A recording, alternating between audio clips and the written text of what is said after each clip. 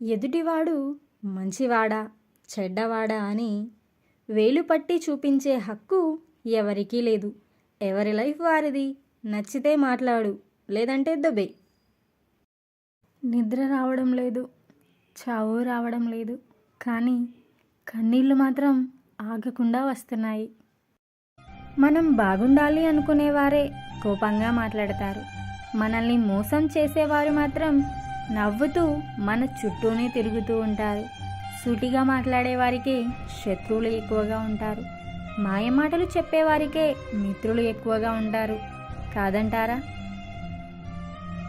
మనం ఎవరితో ఉంటామో అది ప్రేమ కాదు.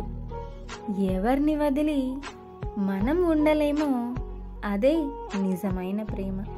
అవునా కాదా చెప్పండి? నమ్మాను, మళ్ళీ మళ్ళీ నమ్మాను. నువ్వు మారాను అని చెప్పిన ప్రతిసారి నమ్మాను. ఎప్పటిలాగే మళ్ళీ మళ్ళీ మోసపోయాను. నేను నమ్మడం నా తప్ప, లేక నా మనసు బలహీనత? ఏది అర్థం కావట్లేదు. ఈ 4 విషయాల్లో మనుషులకు దూరంగా ఉండాలి. 1, నీకు అబద్ధం చెప్పే వాళ్ళకి.